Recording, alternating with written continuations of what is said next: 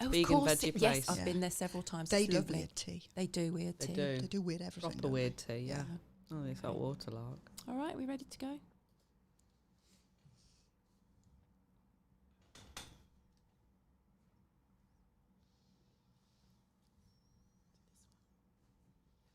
This is Maison Frais. There's another way with Ellie Lacrosse. Create the lifestyle you want, keep the home you love, and protect your most valuable asset.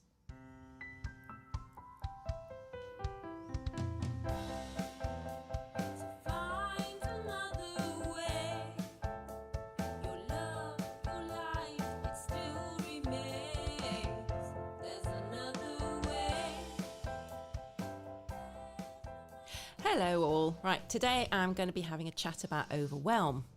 That feeling of being oppressed and not able to cope with making decisions when faced with either too much stuff or too many bills to pay. Having too many possessions is as bad as not having any.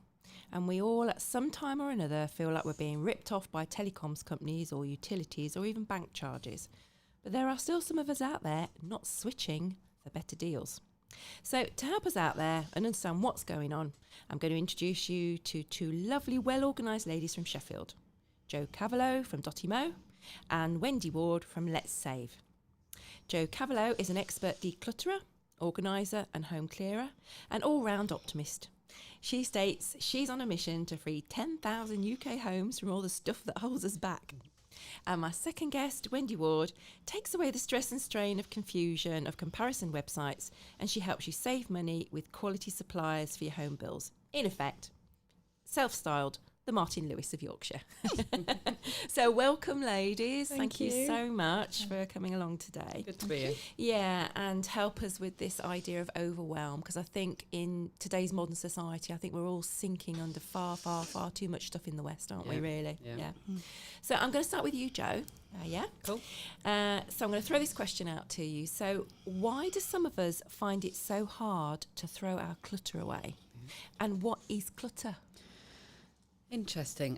First, thank you for having me here. It's good to be here. And with Wendy as well. Because you know Wendy too. Yeah, I know Wendy. Yeah. Yes. Terrible twos. Yeah, that's it. That's it. We might be a bit naughty, so let us off.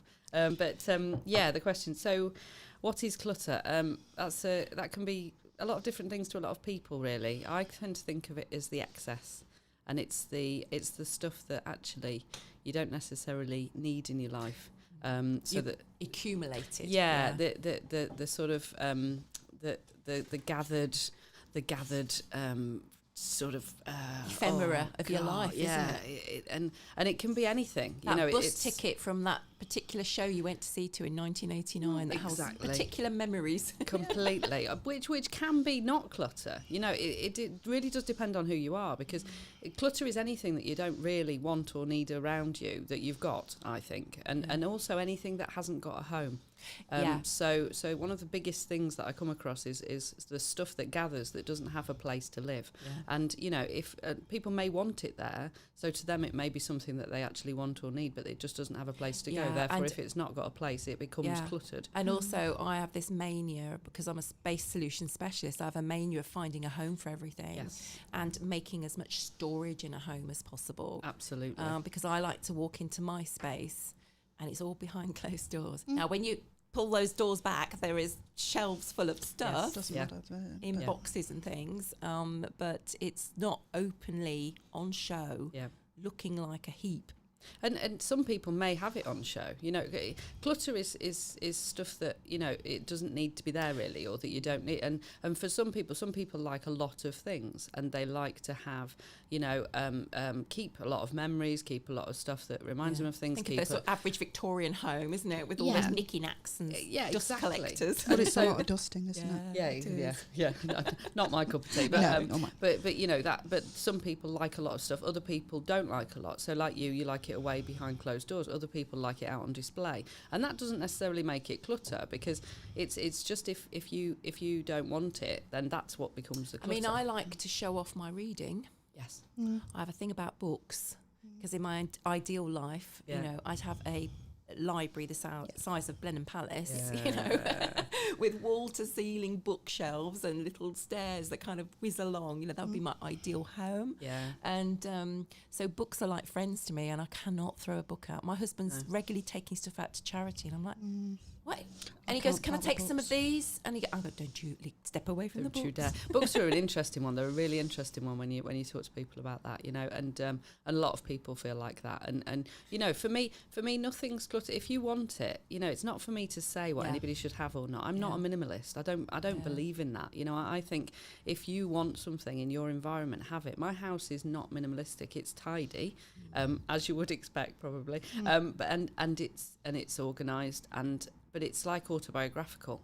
You know, it tells a story. Yeah. So I've got ornaments. You've curated your life through your possessions, haven't you? And you know, and I quickly notice if my world and my space is getting cluttered. And for me, sort of back to your first question, which is why, you know, for me, when I've got things going on inside of me, or emotionally, or too much going on in my head, or work's too busy, that's when my external space starts to get cluttered. Yeah. So for me, the external environment is a direct relation of what's going on inside of me. Absolutely. And I notice with my daughter, she's always been a clutter bug. Yeah. And I've been a relative neat pin. I mean, I'm not, you know, possessive about stuff particularly, but a relative neat pin.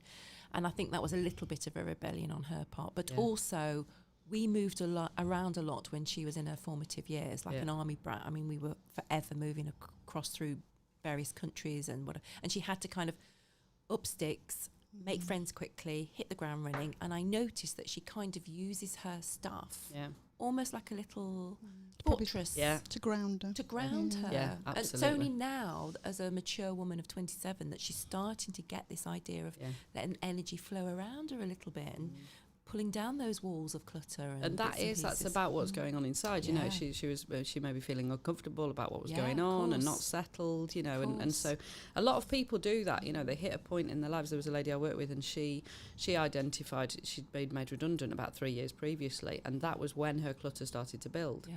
Because it was kind of, you know, not sure where the money is, you know, that financial insecurity. So, I'll just gather this and not let it go, and you know, and actually, this is my worth almost, isn't it? Yeah, and spend more money, and then you know, and it just built up. And she didn't, you know, she couldn't even use a room, you know, a bedroom. She couldn't get into it. You know, and so when we started tackling stuff, you know, it literally the receipts, the things like that went back to that date. You know, and that was when the problem started. Yeah. And once we dealt with it was like an archaeological dig, wasn't it? Well, it's really interesting. But she was also, you know, there was also, she was looking for work at the time, and she wasn't having any joy when we started the decluttering. Now, what I did with her, which I do with a lot of people, we did a morning, then she got on with some stuff herself. Then I went back and did another morning. So it was sort of encouraging her along, you know, helping her to do it, because it's not about me doing it. It's about me enabling somebody to learn those tools, you know. And I think it was the third time I went, she said, do you want to come again? And I'm like, yeah. And I says, when? And she said, I said, what about Tuesday? And she says, well, I've got an interview on Monday. And I says, oh, hang on, why don't we do it on Monday morning then? And we did it on the Monday morning, and she cleared out a load of crap, you know. And then she went to the interview that afternoon, phoned me the next day, she got the job. Now, I firmly believe that is as a direct result of clearing that space. She probably felt a bit unburdened. Exactly. And allowed her true self to come out rather than whittling about. And holding on to all that crap, you know, you get weighed down with it, you get bogged down with it, it becomes like a weight and prevents you doing stuff. I firmly believe you have to, you know, create space for new things to come in. Also, but it needs to be done at a particular time, I think, you know. Pulling this back to my own situation with my mother, because my dad passed in end of 2017. Yeah. And it was hilarious, really. There was a part of my mum's living room that was Dad's corner. It was identifiably Dad's corner. It was Dad's chair. Dad had a bookcase with all Dad crap along it, you know, and his dictionaries, because he was a real crossworder. I love it. Yeah. And he had his big what they called spyglass. Yeah, spyglass thing. Always on the armrest of his chair next to his dictionary. And for at least 3 or 4 months after his passing, nobody touched that corner. Yeah. My mum didn't even dust it. She couldn't even bring herself to. There was just so much dad, you know. And then finally she tackled it, and she said, I've got to do it in my own way though. I've got to do a little bit at a time. And she said, I started with the dusting, got the lay of the land. And she said, then I took one book away a week. I went, a week, Mum? Jesus, it's going to take you like 20 years, you know. She said, well, no, it wasn't a week. She said, but just when I felt like it, I could tackle it. And then she phoned me up about 6 months later and she said, I've done it. I said, what have you done, Mum? She said, got rid of the chair. I went, really? That Chesterfield? What are you going to put in its place? She goes, a big plant. I said, oh, poor dad. Poor dad's been reduced to poor dad's space has been reduced to a big cheese plant. It's very important, though. You've got to let people have their own time. And it's not, you know, when I work with people, it's not about rushing them. It's not about telling them what they should be doing. It's not about, you know, dictating that to them. You know, you go at their pace. There was a couple I went to, and the first time I went, they got rid of nothing. You know, we just organised stuff a bit better. The second time I went, they got rid of 3 bags full. You know, so, and that's their journey. You know, it's nothing to do with me. Absolutely. Have you ever been with, you know, because we see these things on the telly, don't we? These, I mean, obviously they are kind of produced, so I think some of it sometimes is a bit more dramatic than it actually is in reality. But have you ever had a client who has just said, I cannot do this. I cannot do this at this time, and I can't allow you to touch my stuff? They tend to have got to a point of surrender before they get in touch with me. Yeah. So it's you will. That would be I don't think I'd enjoy that very much. Joe from Dottymow is coming. I'm coming. Get ready. Yeah. Well, that's it's difficult actually, because sometimes families want that to happen, but the person themselves isn't ready, and you know, and it's about and they giving feel them nagged. Maybe. Yeah, and it's about giving them some advice on how they can maybe tackle it. You know, especially with sort of, you know, with older people, maybe suggesting to them that actually the burden they're leaving behind for people is big, you know, and if they could tackle it now, that would be really a lovely thing to do for their family. And then curate things that, like, you know, is it Marie Kondo or something? Yeah. She goes, does this object give you joy? Bring you joy, yeah. You know? I quite, you know, I think she's fantastic. I think she's a bit extreme for me, if I'm honest. And my pant drawer has been Marie Kondoed. I think I talk to most women, and that's the level. That's the level of influence, isn't it? The knicker drawer is pristine. Which is brilliant, absolutely fantastic. But there's another method called Huga, I think you pronounce it. Yeah. And so that's that Danish feeling of well-being. Yeah, and they sort of advocate if it sort of brings you joy, or it holds a good memory, or it has a practical use, and that makes sense to me. Yeah, those special pants, the joy pants, and then I've got the practical pants. Yeah, we've all got those, haven't we? We've got exactly. the way hey it's Friday pants. Yeah, exactly. So it's not quite so, you know, does it just bring you joy and that's it? And it's a very difficult process to go through with people, because people they hang on to stuff and you know, and they don't necessarily know why all the time, and so a lot of what I do is supporting them through that, you know, and sort of, you know, it's almost the conversations. It's almost like the Miss Havisham character, isn't it, out of Great Expectations, who gets jilted at the altar, and then she's in a time-frozen capsule with all her stuff mouldering around her. Yeah. And, you know, I've had relatives that have been stuck in that kind of time warp,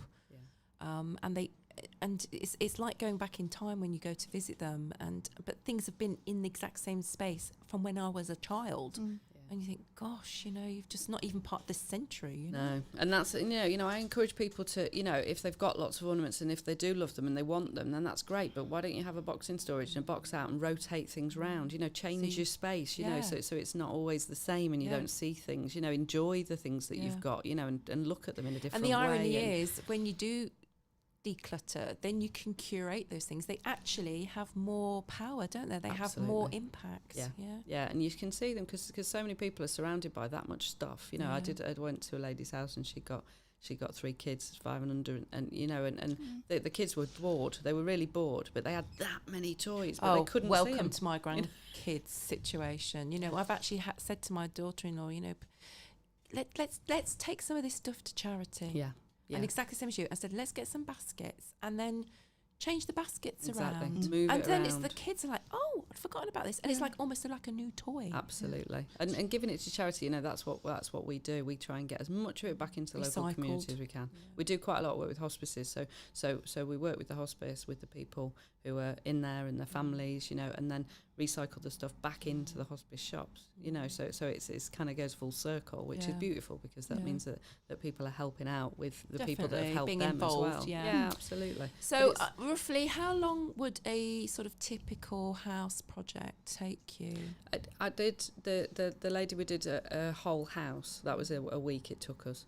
So and that was quite concentrated. That was concentrated, and sometimes that's not the best way to do it. You know, it's better to do it over time, because it's about sort of instilling change. She was going back to work full time, so we didn't have the time. But you know, there's a lot of people I work with, sort of maybe half a day or a day every couple of weeks for a couple of months, and then that. You know, it's about them learning the tools to move this forward themselves. So it's not, I don't go in and fix the problem. You know, that's not what I want to do. I want to go in there and enable them to do it themselves, and then never go back there again. You know, so you work your way out of a job, really. Exactly. Don't you? Yeah, absolutely. Which is what it's about. You know, I've been trapped in some very dark places, and it's not, it's horrible, and when that overwhelms on you, and there's too much going on, you know, I mean, it just freezes your thinking, doesn't absolutely, you know, I was in active alcoholism for 23 years, you know, and coming out the other side of that, you know, facing the world was horrendous. It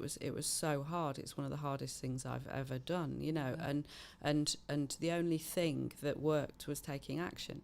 You know, it was like, okay, I can't think my way out of this, because my thinking was all a bit twisted, to be honest. And you know, it was, what do I need to do? And it was just about doing those little things and just making those changes, you know, slowly but surely. And you know, and this is sort of why I got into it. I was just going to ask you that question. Yeah, because it definitely gives you the empathy, doesn't it? Well, yeah, because I mean, I was in a very dark place, and I was about 2.5 years sober, and my house flooded, so the hot water pipe sheared off at the back of the washing machine. Oh, never good. Hot never water a good poured situation. out for 4 days.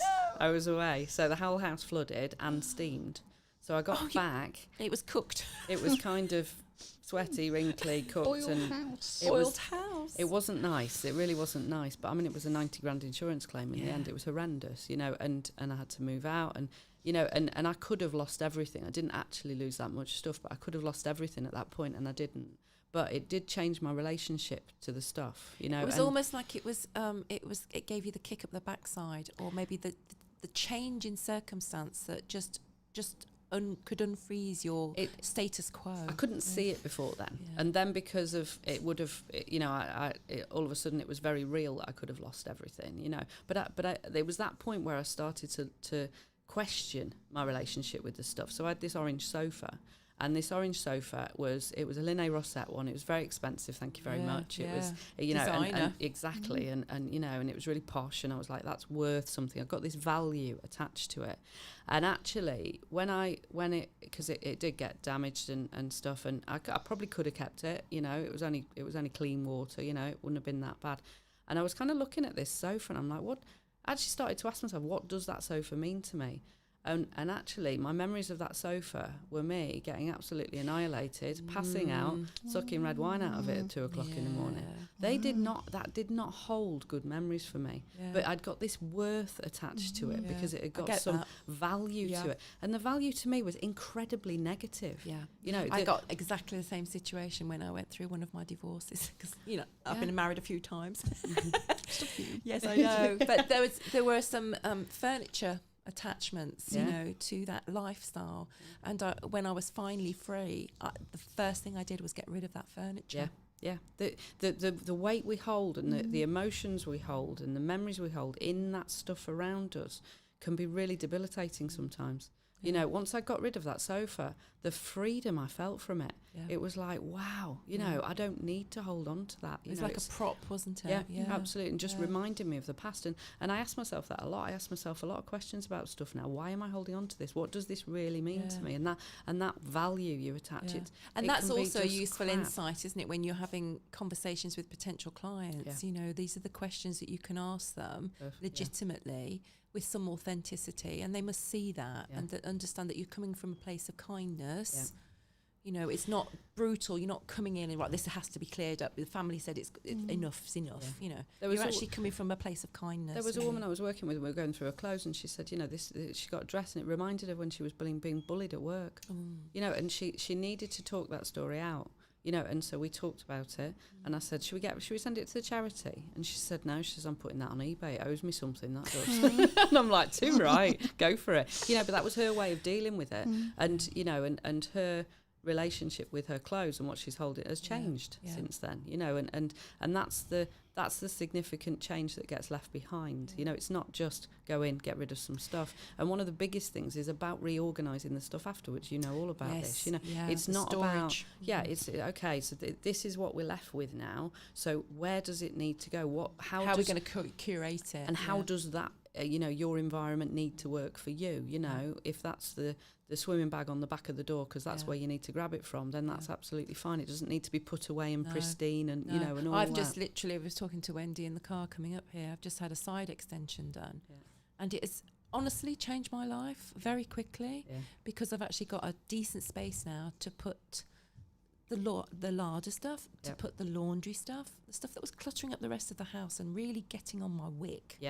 Actually, it's behind a closed door, but there's a proper space for it, and I can see things with the shelving. I've got good access now, and it just feels like, that's the key. It makes a big difference. It's a big if you look at something that pisses you off on a daily basis, and then you change it. It does. It affects your well-being, and it's as simple as that. And I mean, really, we had it because I live in a dormer bungalow, and we had a puppy, gorgeous, but he was bringing everything in from the garden through the lounge patio doors, and I'm like, I'm spending my life cleaning floors with this ruddy dog, and I'm thinking, I love the dog. Dogs make a mess. Deal with it. So I've been thinking about an extension for about 3 years, and it was really Bentley coming along actually made that decision to have it. It's a very similar situation with me because my fella's just moved in with his dog, and you know, we come through the front door and it just doesn't work, you know. So we're just going to get a conservatory on the back somewhere that we can bring things in, dump them, you know, and you know, and you know, we're very blessed that we're in the position where we can be able to do that. But we did look at moving, and actually where we are is beautiful. To just leverage what you've got. Exactly, it's really lovely where we are. So you know, okay, how do we need to adapt it then? And that I'm continually looking at our space and kind of, you know, with Tony moving in, it's been like, okay, how do we need to live in this space? You know, and that's been very different. It's a different dynamic now. Absolutely. It's not just you and your shit. and it's you know, getting used to, okay, how does he work? We've got to blend this. So it's going to be an interesting journey for you. It is. It's good fun. So Fantastic. That's brilliant. Thank you. Right. We're going to now focus on Wendy Ward, who's been sitting kind of quietly in the corner. Sort of, yes. So, with Wendy, with what you do, you try and help people sort of find a way with cutting their bills, etc., and looking at their utility. But you do more than that, I know. So why don't people try and save on their household bills more regularly? You know, what stops them doing it or changing? Because I'm guilty of this as much as anybody else. We'll talk later. I think a lot of it is down to time. I'm very time poor at the minute. Lots of people are. They do get themselves embroiled in life. We all have a life to live, and we're all so busy, and we cram as much in as we can. And I think the bills just becomes less of a priority until you take the time to have a look and potentially look and see what it could be that you could be saving. Yeah, I mean, it's like, how many of us actually change our banks? Very rarely now. For years. Although the clearing banks, they're all much of a muchness anyway, to be fair. I mean, it was an exercise when I set up a business account, how much banking has moved on in terms of there are digital banking systems now. No branches to go into. No branches to go into. From a business point of view, I've got a business account now on my phone with Tide. Other banking arrangements and apps are available. But, you know, it was 3 days to sort that out, including checking me and company's house and all that stuff. Took 6 weeks with NatWest. You know, it's like, come on, guys, you know. Get rid of it. And there's no banking charges. It's just easy peasy, lemon squeezy. The thing is that there's far more competition out there now. I think that our parents' generation, they banked with a bank for life, and it was part of your credit history. That how long have you been with your bank? And you felt almost protected by the bank, didn't you? Because the bank manager, although it was kind of stern and you had to kind of go doffing cap a little bit, they were kind of paternal. They did kind of know about your circumstances. There was a real human being that you could talk to and would probably know your circumstances, actually. And it was more of a parental relationship that you had with them. Whereas now, there isn't that in the banking world, really, for any of us, really, whether it's a personal bank account or a business bank account. And like you say, Ali, quite rightly, so much stuff has gone online. So much stuff has gone to the app that everybody has now. That doesn't necessarily suit everybody. Okay, 70% of people have probably got apps and online access, but there's 30% who haven't. Yeah, that's a big, and I bet that profile's older as well. It is more senior. usually more senior people who just have just not got with the IT age, and fair enough, they just pushed it away, not something they want to get involved with. However, it does mean that they are missing out. And they're often put on higher tariffs, which I find incredibly unfair. It is incredibly unfair. Yeah. You see that within the banking world, you see that within utilities. For online accounts where you have to think of another password and put everything into an online portal for your gas. It is something that, a lot of us are doing, and it's another one to a more senior person who isn't in that world.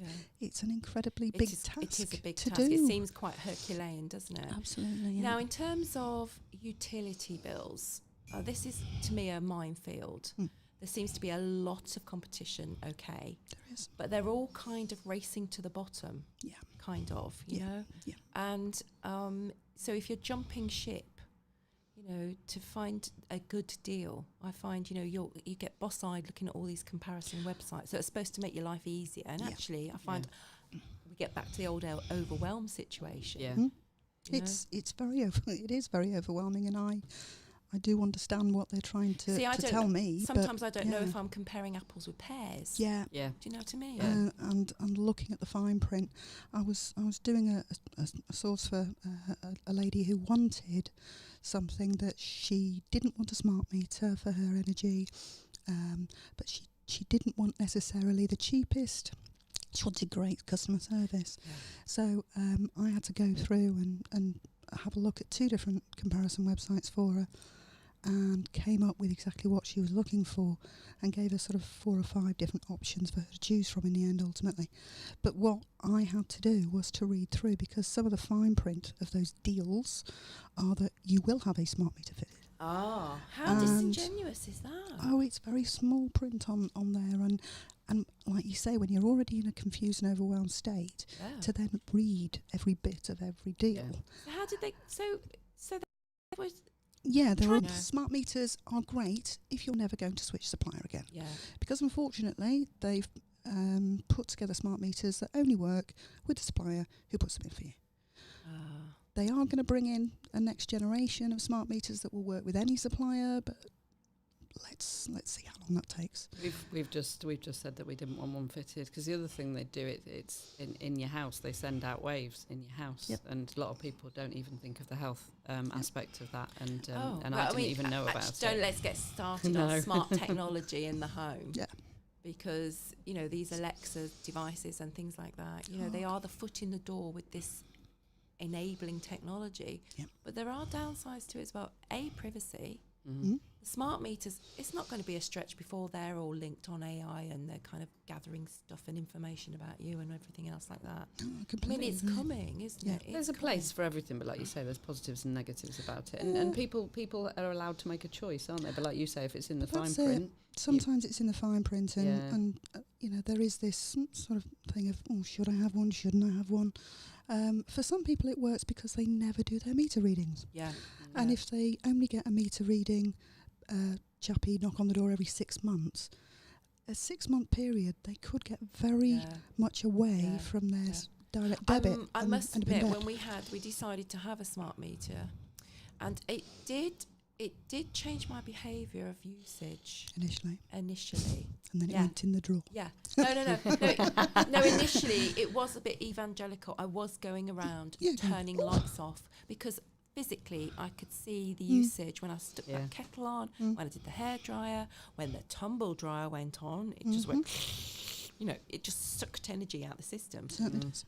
So I put my washing out more often. So I did change my behaviour a bit, but I've since slipped back. I don't switch things off as much as I should do again because I've got lazy and I've got used to that device. And I'm like, oh, well, that's what I'm paying for. That's how it C'est la is. vie. Yeah. It is a priority and then it slips back. It is something that you think about. But I think if you're on a budget, I think it is useful to be aware of your usage. Yeah.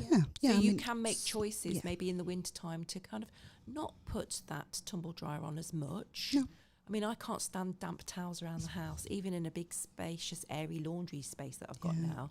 I don't like that damp towel thing going on. No. And for some, that could create condensation issues. Yeah, and certainly. if they're not blessed with an outdoor space to let them air, that that is a saviour, isn't it? Yeah, certainly. I mean, it's just that you've got to have the time and the inclination and the tech knowledge a little bit to have a look at these deals, and it can take a long time to do. And I think that's a brilliant service because let's face it, energy is not getting cheaper.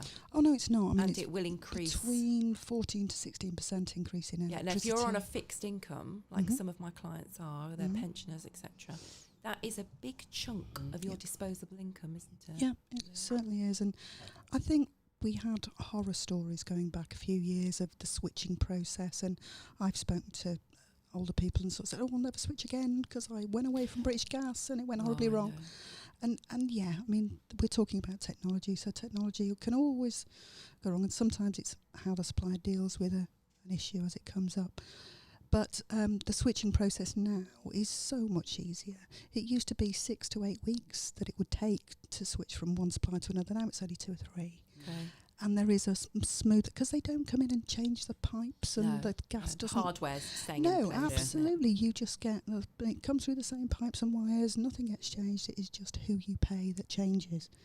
So if you do want to go on, I mean, I spoke with a lady who was just having gas and electricity with one supplier. She'd had that for 6-7 years, and she just wanted the cheapest. Find me the cheapest, Wendy. So I went, looked at 2 different comparison websites, saved her £400 a year. Wow. And That's a holiday, isn't it? Absolutely. That's the way to look at it. Absolutely. And I charged her an hour of my time to get that done for her.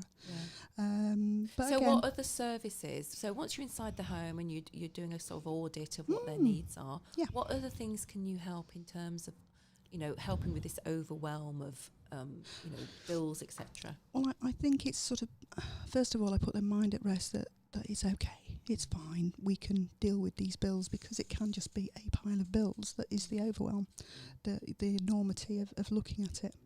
I will always go through and I will look at the gas, the electricity. The water isn't deregulated, so who you've got on a residential basis is who you've got at the moment. That's it. There's no choice. On the commercial side for water, that can be, you can choose, but only still with bigger supplies. So again, they'll take their time to get around to it.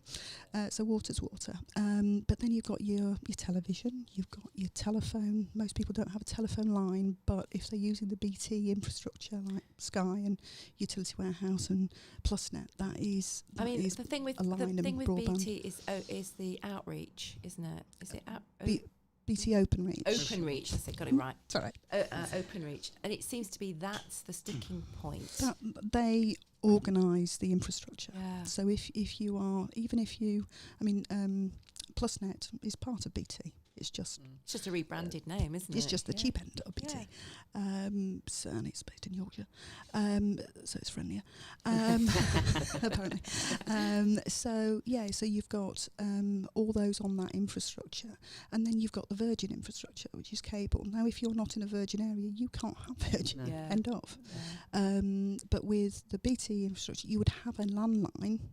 I don't personally plug a telephone in to my landline anymore, but you have to have it to run the broadband. You have to have it to run our systems. And I mean, honestly, the phone calls I get on a landline, I think it's either my mother She steadfastly refuses to phone me up on a mobile. It's like, Mum, it's not going to cost Get her a anymore. pay-as-you-go and get her to call from that to yours. It's a hard task, that one. So it's either my mother. So I do answer my phone on the off chance it is my mum. Do you? And 9 times out of 10, it's PPI. somebody PPI or somebody Reviewing your flog insurances. flogging me something or other. And you just think, I don't even know my number. I don't answer it. Lots of people it's kind don't. of there, but I just if you don't use it, don't you use lose it. it, don't you? If you change supplier and then they allocate you a new number, if you don't keep it, and then I don't even. But then again, I don't even know my own husband's mobile because it's in my mobile. Yeah, I'm So I constantly, know. I'm constantly given being out. reminded. Yeah. You know, what's your number again? I remember certain digits, but not the whole thing for some They reason. all know mine because they hear me in my business leaving my answer machine message. And also, I'm one of those people that I can remember certain types of numbers. Does that make sense? Yeah. In certain sequences, and then some are just really I struggle with. I can remember numbers from going past in my past as well, but not current ones. Oh, I can Don't remember those. my mum's divvy number. Yeah. I remember that one. How funny, I remember these little old things. know. But other bills that I can help with, I'll look at bank accounts, and have a look round to see what is the best thing. Because sometimes the bank will pay you to switch to them. If you get a friend to recommend you, they pay their friend as well as you. So there are those deals, obviously, that time sensitive, or sometimes they're linked to being a brand new customer, which is always a bugbear of mine. But the TV option is always a big thing as well. I've got a client at the moment just moving into a new house this week. I've helped her with all the moving of her business, but we're now doing a home. She's moving home. We may as well do it all at the same time. And she's previously had Virgin, and the house she's moving into, no Virgin available. So she's like, what do I have? I have no other knowledge of what's out there. So I've had to do a bit of research for her to give her the options. I'll always, with the gas, electric, telephone, I'll always, say to people, consider the Utility Warehouse Discount Club, because that can work, as everything is all on one bill for somebody, but doesn't work for everybody. Yeah. So always have a look at that. If that doesn't work, then we'll segment it up. And does correct me if I'm wrong, with the Utilities Warehouse, don't they offer a scheme where they help with some smart technology in terms of light bulbs and things? Yep. If you become a Discount Club member and you take all of their services, which is gas, electricity, so phone, it's like a package, broadband, isn't it? Yeah. It is taking the lot. They offer free LEDs throughout your house. They offer quotes on your home insurance, boiler cover. So they really are, in touch with what a homeowner would need. So, and they offer a huge cashback on your shopping as well. You get a minimum of 1% back. That's good. Which is great. Yeah. It's great. If you are doing this shopping in these shops anyway, why not? I mean, I've always been a customer of Utility Warehouse, and we regularly save between 25 quid a month up to Christmas time when you're spending. We've saved sort of over £100. It can wipe out your bill, and it doesn't come into your bank account where you just lose it. It goes off your bill, which is great because it just drives your bill down. Yeah. So that's always an option. And as I say, it isn't with me. It isn't right. Okay, that doesn't work, and I just finish my tea and leave. I'll offer the option for me to have a look at whole of market. And then that way, they've got. That's a lot more flexible, isn't it? Yeah. Because some people in a home, they maybe have their telephone paid for, maybe by their work, for their home. They're working from home, or they need something else. And the package doesn't always work, but to have something separate. As I say, it's my time to get that done for them. Yeah, I mean, I work from home at the moment, and that is something that I want to look at. So maybe have a chat in the car on the way home. That's absolutely fine. Do you get more people asking about environmental impact on stuff? Because I know coming up. Yeah, lots more people are saying, I really do want a green energy supply, please. Yeah. And Utility warehouses, like the majority of them, they purchase the energy, and it is what it is. Yeah. But there are quite a few little businesses now that really do sort of look out for the old renewable energy type stuff.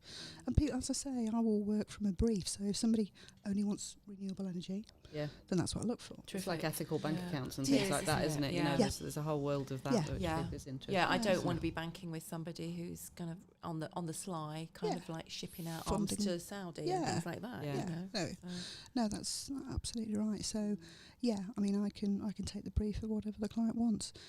It's very rarely that a client wants the cheapest. Yeah. It's Yeah. about value, isn't it? It It's is. always. It's Yeah. the same. The same as Joe. You know, what you're offering is a value service.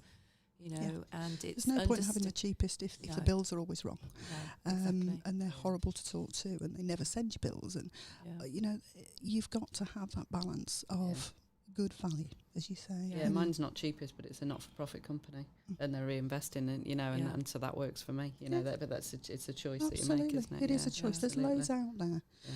There have been a few of the smaller ones who've unfortunately lost their footing in the market, but again, it's always. I think it was earlier on this year, quite a few came into the market and then have found it's more difficult than Yeah. it really Yeah, they're is. attracted So by the high returns, but Yeah. actually they don't understand the sort of the structural costs that oh, are kind massive. of that are Yeah. massive, Yeah, and that will just pull the rug under their profits very quickly. yeah, very quickly. You know, So we have- like you say, you get lots of new entrants, but actually, it's the ones that survive are Yeah. the ones that you really need to be kind of investing in, isn't it? yeah, you well, there's know. there's some great energy businesses out there that, you know, you perhaps Bulb is one come onto the market, which are now approving Octopus Energy as being something that's good. Again, they're renewable energy, and And they don't put people do you in ever contract. sort of, you know, with your clients, do you ever give them like which report updates or anything else like that?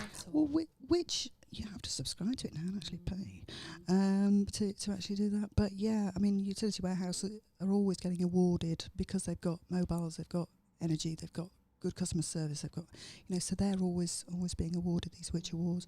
But yeah, on the comparison websites, you can see, you know, who's been which awarded, and that, you know, goes a long way, especially with the generation of the older people, Yeah, because which yeah. is independent, is still independent, and you know, people do They are put trusted. A lot of, yeah, I they are. know my parents People always used put a to lot of store in get them. Yeah. which reports before they bought Yeah. any kind of white goods my or dad anything. did. My dad did. Yeah, buy a washer. Go and see what which says first. Yeah. So yeah, it is to be trusted. Yeah, So it's good to have that brilliant. to fall back on. Okay. What kind of advice or tips can you give to somebody who's maybe got themselves in a pickle, in arrears maybe with their energy suppliers?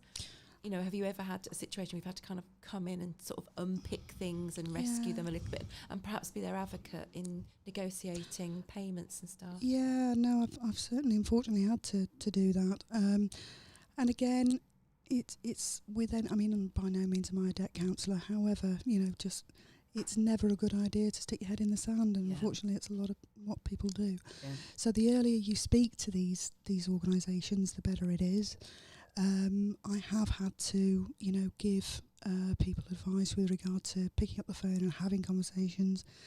An energy company, if you're not liaising with them, will put a block on you transferring your account if you Yeah. owe them more than £500. And you don't be in a situation come winter time where you just have all that switched No. off, do you? Or they could actually sort of embargo your direct debit account and insist that you have a meter put in, one that you feed with cards and And then that's a stuff. very high tariff, It's isn't it? it's an admin charge on top of that, which is incredibly expensive, much more expensive than So just it actually having a bill. penalises poor people, doesn't it? It does, Yeah. but it you know, minimises the money. risk. Yeah. Minimises the risk for the business. A lot of rented accommodation has, you know, that way of as a landlord, paying. I've been in situations where we've purchased a buy-to-let and Yeah. it's got the meters in, and Yeah. I get them taken out Yeah, take that. Yeah, because I know from being a renter myself Mhm. how annoyed I used Oh. and resentful I was Yeah. that I was working my backside off Yeah. to basically feed this machine. yes, And yeah. knowing that I was paying way over the odds for Way my over the odds. energy that the next door neighbour was getting for much, much less. Much you know? less. Yeah. I mean, as a landlord, I can appreciate why they go in. I do understand. In Yeah. some situations Yeah. they're appropriate. In Mhm. maybe in some HMOs they might be appropriate. Mhm. But if I want to attract the better quality tenants to my That's it. property, I need to treat them like human responsible beings. adults. Yeah. And if you're doing your other checks on tenants correctly, if I'm doing my due diligence, you know, if somebody says, well, they left, but they owe us 500 quid for their energy. I tell you what, though, getting them out once they're in is quite a task. I mean, you know, involving lots of phone calls and double checks that I'm kosher and all the rest of it. And you think, okay, well, if we want it again, we know where to come. Yeah. You know, No, that's it. stroll along, get it out. Thank you. Well, they're getting more money, aren't they? They So are. they are. want to keep it. No, and it's a tricky one. There are some people that I've come across who go, nope, I like that because that's the way I budget. Well, they can budget. It's one up from the jam jar situation. It is. Isn't it? Yeah, that's where the rent, that's where the lucky goes, you know, and that's hard to change people's way of thinking. But the only way sometimes to change the way of thinking is to say, this is what you could be paying instead. Yeah. And That sometimes extra could go towards a holiday, a family holiday, maybe. Sometimes they're paying double. Yeah, They're paying I double, know. yeah. I know they are. But it's about that getting organised, isn't it? Organised with your finances, organised with what's going on, and when that overwhelms in, you know, to get out of that cycle is sometimes where people need the help. They need the help to kind of, you know, say, well, actually, why don't you look at it like this, and can you do that, and put that away, and you know. And it depends when people get paid, or if they're having benefits that are every 2 weeks, every 4 weeks. The cycle of payment, the money's flowing in. Yeah, so they're not getting a bulk at the end of the month as a salaried person would get. You know, where you can pay the bill. And a lot of people on 0 hours contracts. That must be so hard for them. Oh, must be so stressful. You just don't know, do you? No, I've done freelance work on 0 hours, and that's it. You fingers crossed that the work is going to come in, but it's not. You must be living off your nerves every month. Yeah. No, you can make all your commitments. Yeah. You know? Knowing that, you know, how much is actually coming in based on what work you've done is a tricky one, and having to make up. That's why I keep to self-employed. Okay, so if we can just wrap this up then. So what one golden tip could you say to people when they're thinking about their bills? What should they start to get in the habit of doing? I think it's a good idea to keep a separate file or a box or a bag or something where the bills go that's not interwoven with all sorts of other correspondence. So a dedicated file. That is useful. And maybe if you are IT savvy to keep a track of it in a spreadsheet or something like that. Yeah. But my big tip is don't be scared. I know it takes time, and the call centre sometimes are abroad, and it's tricky, but don't be scared. You know, to a lot of these places, they want your business, so they will bend over backwards. Yeah, exactly. They don't want to. No. They don't want to lose a customer. No. And sometimes when you say you're going, actually, that's when they really work a bit harder. That's when you get the best deals. Yeah. And that's where their best salespeople are, on where the disconnect lines are. So, whether it's something that, you know, you're uncomfortable with or you're unhappy about, pick the phone up and do have a chat with them.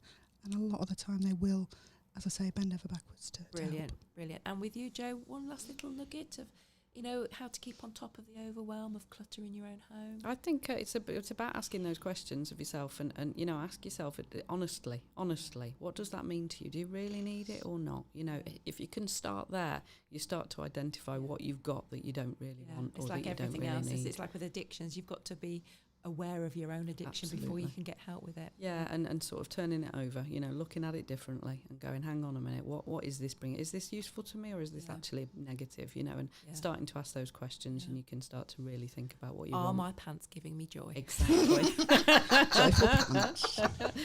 Okay, thank you so much, ladies. It's been really enlightening, some really useful information and tips for my clients in the future moving forward, and we'd love to see you again at some point in the future, because you're obviously so well organised, got so much information. So thank you very much. Thanks for indeed. having us. Thank you for having us. Yeah, Bye-bye. cheers.